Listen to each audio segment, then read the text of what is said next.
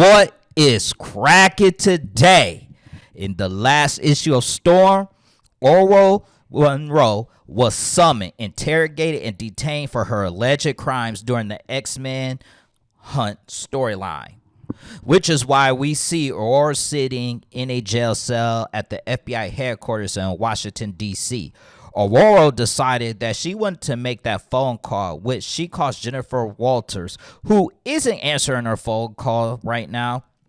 A cop started making small talk with Storm, telling her that her lawyer is her ex-wife's sister. I don't think Storm really wanted to hear all that, but because Storm is going through some things, but she still continues to talk and tell Storm that her ex-sister-in-law is a good lawyer, even though she ghosts her on occasions. But you can tell, like I said, Storm is not interested in this conversation because she wants to get out of the FBI interrogation room or jail cell, but yet she's still kind of like stuck there right now. But she does tell the officer that Jennifer Walters is an exceptional professional and dedicated to upholding the sanctity of the law. If I can't reach her, she must be preoccupied with important legal matters. But we know Jennifer is in the middle of Maggot's tournament. Now we see that Jennifer is down after getting hit by Strong Guy. Blue Marvel is refereeing this match, but I do have a question for y'all. Why is the strongest hero in Marvel refereeing right now instead of out there in the battle with all the other characters? Like, I always have a problem when I see Blue Marvel and he's relegated to the back line. But this ain't a Blue Marvel story, so we gonna continue on. Cause I will go on a rant if this, cause woo. But the power shifter, as is told, is often an unremarkable being who has suffered through mutations, dangerous scientific experiments, or a magical encounter. A traumatic experience that has now linked this individual to an immeasurable power source. At their command, this colossal energy courses through their body, causing them to increase in mass and size, making their bone and muscle density exponentially skyrocket, and granting them unimaginable physical capabilities, enough for them to wrestle with gods. She-Hulk hit Strong Guy so hard it knocked him loose, with She-Hulk being the winner of the fight. Abomination is threatening Juggernaut, telling him if he makes him pass out in front of everybody, he's going to kill him. I ain't gonna lie though, Abomination is in no position to be making this type of threat because he is getting choked out right now. So I don't know why he's making a threat like that. But the Juggernaut is the winner of the fight. Armor beats Big Bertha and Maggot beats Gento. This has turned out to be a really nice mini tournament arc altogether. I really wish that they would have done something separate on the mini tournament arc. I think they should have did that, but this is still cool. But we're going to go back to the FBI headquarters where we see Aurora in the interrogating room again. It is here where we learn that Fab, I don't know how to say his name, so I'm just calling him Fab, was highly sought after to the point that every judge jumped through hoops to get Storm arrested. To the point that he has permission to use an unorthodox lie detector because he is using an alien that died from an unchecked parasite. Because Storm is immune to telepathic reading, this fungal infection will check for neurological and psychological things like a regular lie detector test normally do. Because they have evidence to believe that Storm had harbored Professor X, a fugitive, in her sanctuary, which she did, the first question he asked her is if she believes that mutants are a security risk to the USA, which she replies no, with the thing saying true. The second question is, does she believe she is a threat to the USA, which she answers no, which the lie detectors determine that is true. But if Storm really wanted to destroy the world, she would have done it a long time ago, because you got to think, she has the power to manipulate the weather. So anything she want happen, she can make it happen. So it's like, you guys are really disrespecting the goddess like that. You guys are bold. He then asked if she harbored Professor Xavier, a known fugitive, and she said yes, which the lie detector test said is true. He also asked if she helped him escape, which she replies no, which is true. Storm is most likely getting annoyed with these questions, especially about Professor Xavier, because he is the person that had brought her in when she didn't have anything, when she was living on the streets of Cairo and all that. So he brought her in and everything. So obviously she's going to help Professor X because she's a former X-Men and that's her former teacher. I mean, let's be honest. Why wouldn't she do that? She has some form of a connection to herself. But all this interrogate was a test to get what is the real information out of her, which is the mutant child back in issue number 1. So he tells her that the mutant child in issue 1 is wanted by the United States of American government and wants to know if Storm was aware of that child, which she says yes. So then the question is, where are you hiding him? I think this part was crazy because Storm says that if she told Fab, the words will come from her mouth, but he would not hear them. No one would. So that obviously it seems like Storm got some spell on her or something. Fab replies, is that why you visit Haiti to have Dr. Vu place a dark magical spell on your knowledge of the child's whereabouts? And it reminds me of this comic book I saw, and it's about a dark god king who, if he whispers, you basically die. I forgot the name of it. I gotta look, but it reminds me of that. But Storm repeats what she told him earlier. As I've said previously, my actions outside the United States are none of your concern. You tell him. You tell him. But this answer does got Fab hot because you could see it on his face. But he tells Storms when they threaten the country, they are his concern. He talks about how Storm fails to report an immense cosmic energy coming from her sanctuary. She also allowed Professor Xavier to escape, to go into space, and she keeps a dangerous Omega level mutant who is unstable away from the government. She seems to be choosing dangerous threats over security, which is why he asked again, do you think you are a threat to the safety of the United States? She does answer the same way, but this time she gets a different answer. The lie detector determined that what she said is false.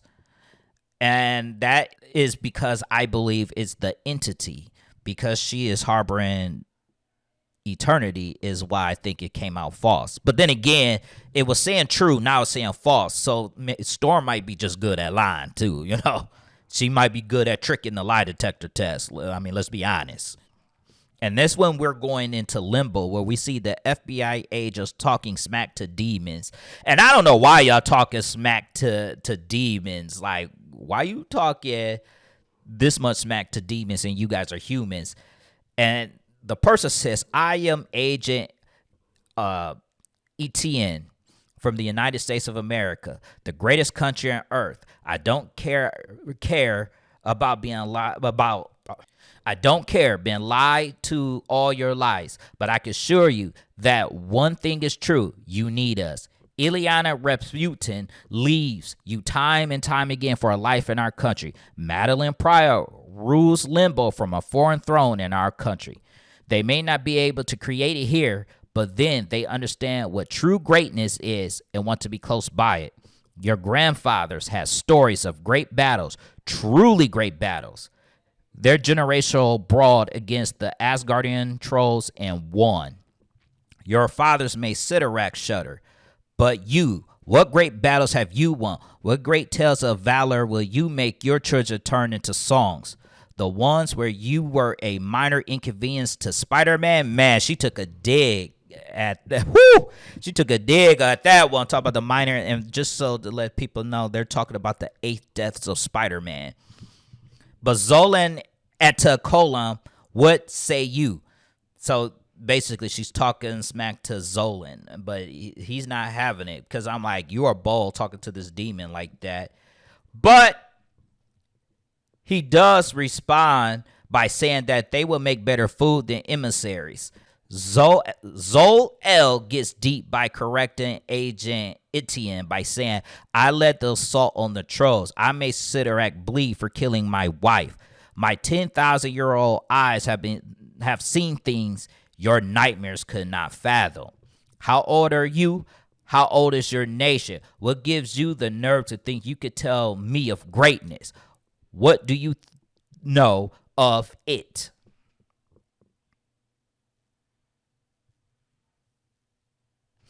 What do you know of it? Zoel is turning his black saliva into a weapon because it seems that he is choking them out so that they could tell him is that they've been studying how to create the essence blade. They will teach this to other demons to destabilize the hierarchy of Limbo. By doing this, they will give Zoel the power to seize Limbo. Now, Zoel is a demon, so when he hears the word power, you know he's going to take it, which clearly he does because the agents are back in Atlanta, Georgia, where Etienne tells Agent Lud Quivis, I think that's how you say it.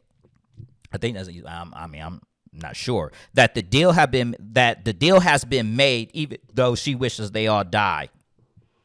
Etienne says the demons of Limbo should be wreaking havoc on the Storm Sanctuary by now. With Storm distracted over at the headquarters by Fab, Mag is the only heavy hitter at the sanctuary. He'll have his hands full with the demons. Amid the chaos, we should be able to retrieve the sanctuary power source with ease. It's not a power source, Agent Etienne, what Lud said. There is no in hell that it is. The cosmic radiation coming off of it is comparable to Galactus' energy signature. It's a weapon, no doubt about it. And I'm tired of mutants. But bro couldn't even finish his sentence because when he looked around, he saw that the mutants had already destroyed the demons. He was so shocked and mad, he started cussing. He's like, God damn it, God. That's probably what he was saying because he was like, when did they wiped out the demons? What the agents didn't realize is that She-Hulk had asked Manifold to teleport her to their location because they was up in the air. When he does, She-Hulk says, hi, my name is Jennifer Walters. I'm Storm's lawyer. Nice to meet you. And you know what she's about to do because her fist raised. She is about to give them a She-Hulk punch. Now back to the headquarters of the FBI interrogation room. Storm and Fab are talking where Storm has had enough of Fab's antics, where she states Special Agent Fab. I have a friend who is the best at card tricks, which is Gambit. I've learned so much from watching him over the years. You ceaselessly display all of these warrants for every single action you have taken against me. You make yourself appear like you would never do anything if it wasn't by the books. But you're worse than a criminal because you betrayed the trust your position earns you. All your theatrics just to hide the fact that you plan to raid my home without legal backing to do so. You disgrace the power given to you. Now that's funny. Storm ended up figuring dude out, and that's from all the teachings and stuff and watching Gambit. She figured out dude was just putting on a show so he could steal her power source. So that's actually crazy. You thought you was going to overtake the goddess, like you was about to literally thought that he was getting over on the goddess. And she not realize what you're doing. That's what I'm saying. Fab, that boy crazy. That's when She-Hulk enters the room with the other agents. She put hands on. She says, my client will be leaving your custody now. If you have reservation, we'll settle them in court. But I have to warn you, I am meaner in front of a jury. I don't know about that one, She-Hulk. I don't know how you meet her with them hands. In the Storm Sanctuary, Manifold asked Storm if her celestial power source was what they were after. But she tells him it is much worse than that. Storm then tells him that something which we know is eternity has taken control of her body and makes her watch as he commit atrocities in her body. Whenever she attempts to resist, he makes her body feel like it is set on fire and her bones like needles. Like, bros, like you ain't taking control over this. She has hours of her days unaccounted for. Storm also missing days because Eternity is at war with his brother Oblivion. So he has been looking for ways to kill him.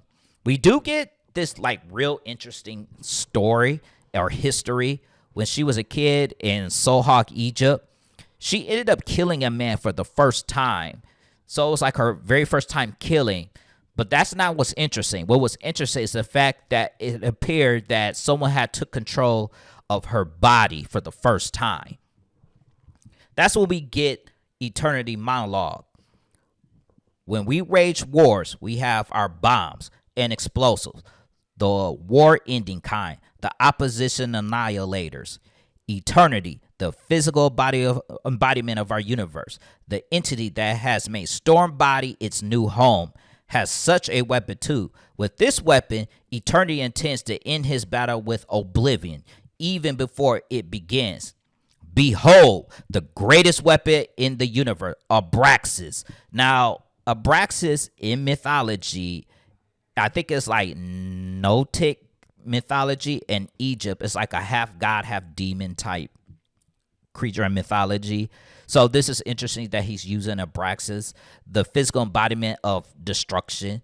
The bomb entity, what Storm is trying to figure out is what to do with this entity that Eternity hid in her home. That's when we are in the far reaches of the universe. It is told that whenever Eternity requires an infinite escalation to his already infinite power, he uses the dreadful bomb entity as a cosmic battery, a lesson he learned from watching Earth's power shifters through Storm Eye, which is actually crazy that he learned that through watching like the Hulk, She-Hulk, all of them type of people. Eternity had taken Storm Body and went to war with the Black Winter, with the Winter saying all these eons in Eternity, you finally grown a warrior spirit. But the Eternal Storm says all these eons, you mistook restraint for weakness, Black Winter. Yeah, he's putting them paws on Black Winter. In Storm's body, I am unbound, I am unchained, I am limitless. And this is an anime moment because in most comic books, they never give their attack names. They just do the attacks. But in this, he calls out the attack called Cosmic Shredder Blizzard. That sounds real sweet. Now imagine this. What if this was her ultimate in Marvel Rivals, where she'd be like, Eternal Storm, and then go Cosmic Shredder Blizzard? I think that would be a sweet ultimate. That ain't happening, but I thought that would be sweet. Actually, I know people would be mad about that, to be honest. For the first time in billions of years that Eternity have existed, my brother Oblivion will finally know the true meaning of fear. He and Hadad will know defeat by my hands. Eternity has never been more wrong. No matter how great the power he amasses, Oblivion will not know defeat by his hands. For in the void, Hadad already slain the great cosmic Leviathan, and now he's headed to Earth. Woo! I am hyped up because y'all don't have no idea how hyped I am. Because now Storm is getting ready to fight Hadad, the rot god. Let me know in the comment section below on y'all thoughts about this chapter. Do y'all think this chapter is good, or do y'all think this chapter was mediocre? I mean, I'm really interested. I loved it. Like I said, these Storm books have been fire. And I'll catch you guys on the next one. Peace out, y'all.